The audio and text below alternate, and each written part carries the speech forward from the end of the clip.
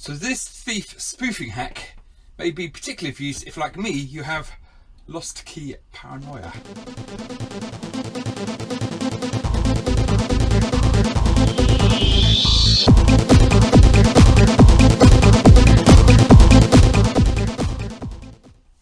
Okay, so originally I thought this would have a very narrow focus. It was really for solo travellers, although actually there's a spin-off of this which may be of benefit. You may like this if you do travel with someone as well, a partner, a wife or whatever.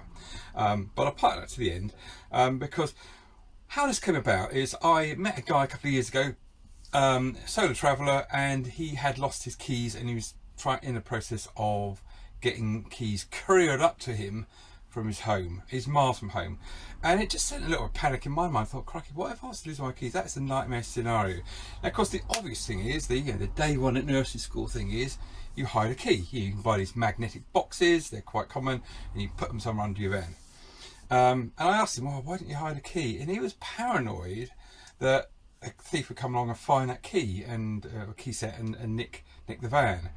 Now, so initially I was a little bit dismissive because, you know, a professional thief will get your van regardless of what you do to it.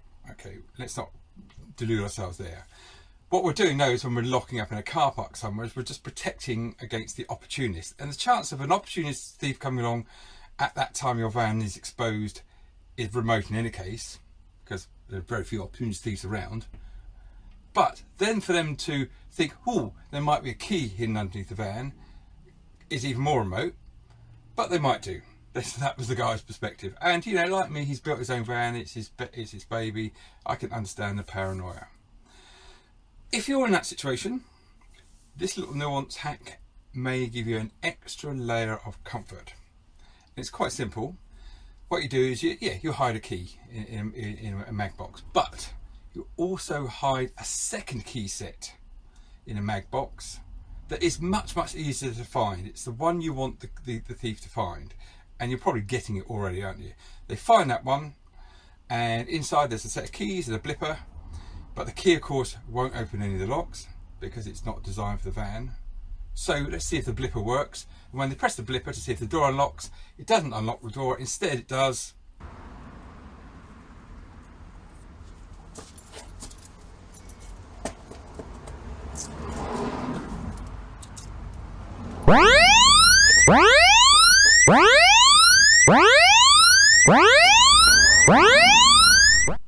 sets off an alarm. So you spoof the thief into thinking he's found the key. Of course he hasn't. He's set an alarm off, and hopefully that'll be enough to get him out of the area and run off. Okay, so how do we do it? Very simple. You don't need to be an electronics engineer. You need two little sort of PC modules. I'll take you through that now. If you can do basic wiring, you'll eat this up. So first of all, you need to buy a 443 megahertz remote control and transmitter. Now, if any of you have seen the welcome light hack I did, I've got quite a lot of traction that one. People seem to like that one. I used one of those there. I'll put a link on the end of this video just in case you haven't seen it, you want to see it.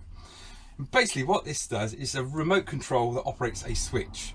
And go on eBay and put in 433 megahertz or MHZ remote and receiver, and you'll get loads of them come up. And what you want to do is pick one that looks pretty close to a car blipper, and a lot of them look almost exactly the same to a car or van blipper. That's the first thing you need. Okay, and you can work out what's happening here is you are then using the blipper that the guy finds to set off that remote relay, which will operate a 12-volt alarm.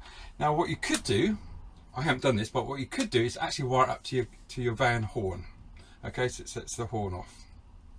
Or you can have, as I've got, an external alarm. Again, just go onto eBay, search for 12-volt alarm, or 12-volt siren, 12-volt bell, all those sort of things. You'll find loads you can put in there. Just as an aside, I got a bit of criticism on one of my hacks that I didn't actually put links in for people to find this. The trouble is, eBay things run out. Okay, so it's no point. A lot of people do go onto Amazon shops and have their front shops, and they've got affiliate links, so if you buy through them they earn a bit of money, which is great. I always support them if I can, but that's just not me. So just put a search in, you will find loads of them come up.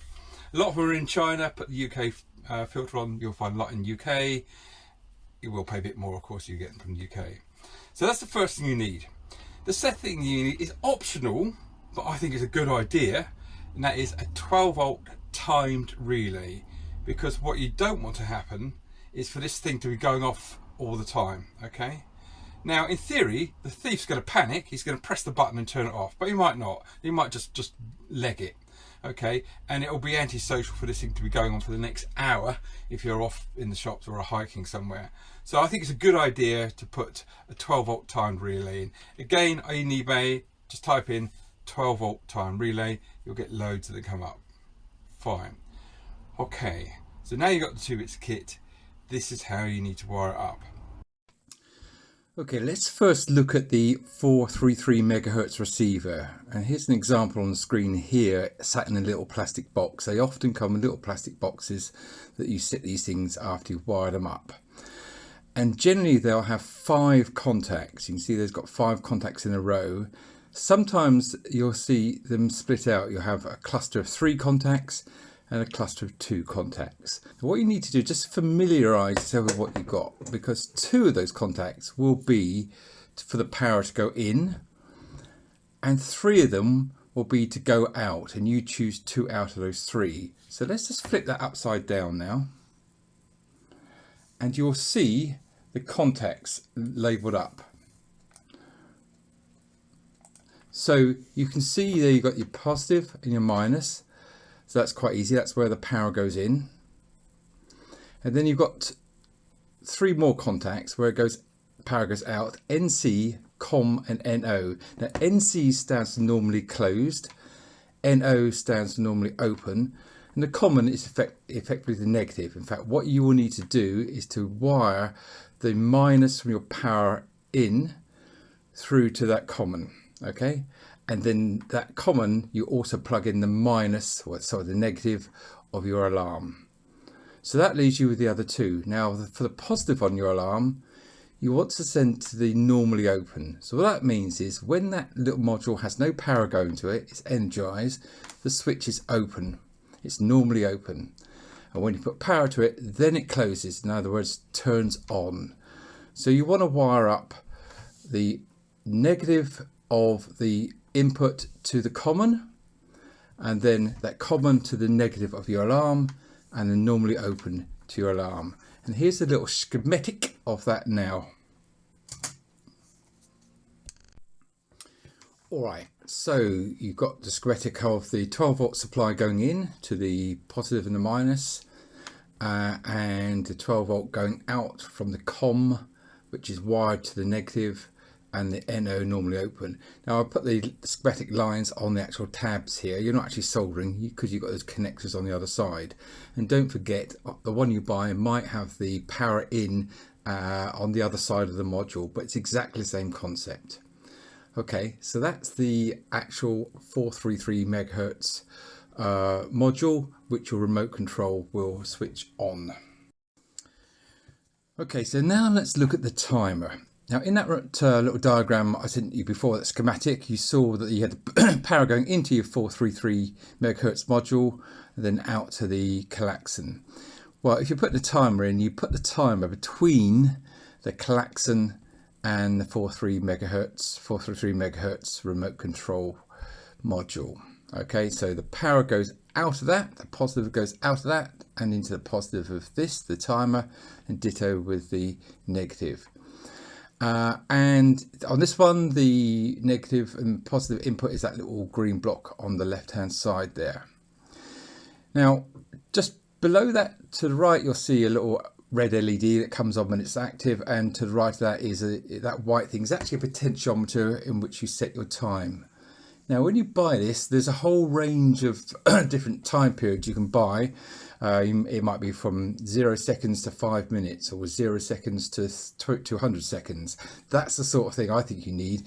You need something that's going to go off for about a minute max, I think, unless you really want to rip it, and then you can let it go for a couple of minutes or 3 minutes. But anyway, soon after that, the thief's either legged it or he's found a way of turning it off. So that sets the delay or the time.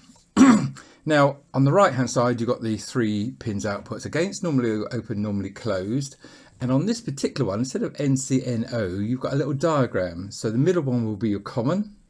And as before, you need to run a negative connection from into that one. So you could take it from your negative input on the green block. But so in other words, put a link across.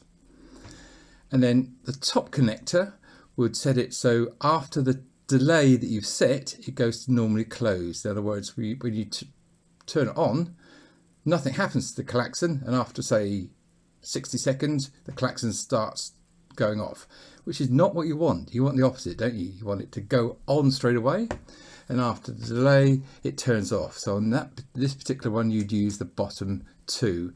The common is your negative and the bottom one will be your positive. And so what happens is normally after the delay the module adopts the protocol it's showing in the diagram. Now I hope that is clear. What I would say is have a play. So in other words, once this has got a lot of power to it, it waits a period of time before it activates the switch. Think of it like that. It waits a period of time before it activates the switch. Then it will normally be normally a closed switch or an open switch. And you want it to be the open switch because you want it to turn the klaxon off after the period of time. So that's why you use the bottom two, which shows the open switch. And it might say NO and NC just as it did on the 433 module. Hope that is clear. So now here's a schematic how I would set this one up with the 433. So there you go. Power going into the 433 remote module, and they're coming out of that into the timer, and then out of the timer into the klaxon or siren. As I said, these modules are all basically the same concept. They may be a little bit different in layout, that sort of thing, but have a play. You know, set a little test rig up, battery going in or 12 volt going in, and you could have a little 12 volt LED light coming out, so you can try these things out. But the fact that you've made a van, you've done your basic wiring, you'll eat this, no problem at all. And hope that it gives you some comfort. And as I said right at the very beginning, this is not a security measure. You know, the determined thief will get your van. That's the bad news. It's just give you a little bit more peace of mind if you're feeling a little bit nervous about hiding a key. Now this is targeted at the solo traveller who's not got a partner to keep a spare set of key and who is a little bit nervous about hiding a key. Gives one layer of extra nuanced comfort. Having said that, if you are traveling with someone, you could always deploy this magnetic spoof set as well, make it a little bit easy for the thief to find, and that way he might set the alarm off and do a runner rather than trying to break in your van through forced entry. Or similarly, if you've got a very old van that hasn't got the blipper type, just a manual key, if this thief does come across this and you need to set it up somewhere he can find it but not realise he's meant to find it. We're playing with psychology here, so we don't really know what's going to happen because this has never been tested. But there again, if you do that, he might then just, rather than through forced entry, try the spoof set and set the alarm off and do a runner. Anyway, I'm hoping, and I'm absolutely sure, you'll never ever have to try this out in anger. But if you want to have a go, good luck.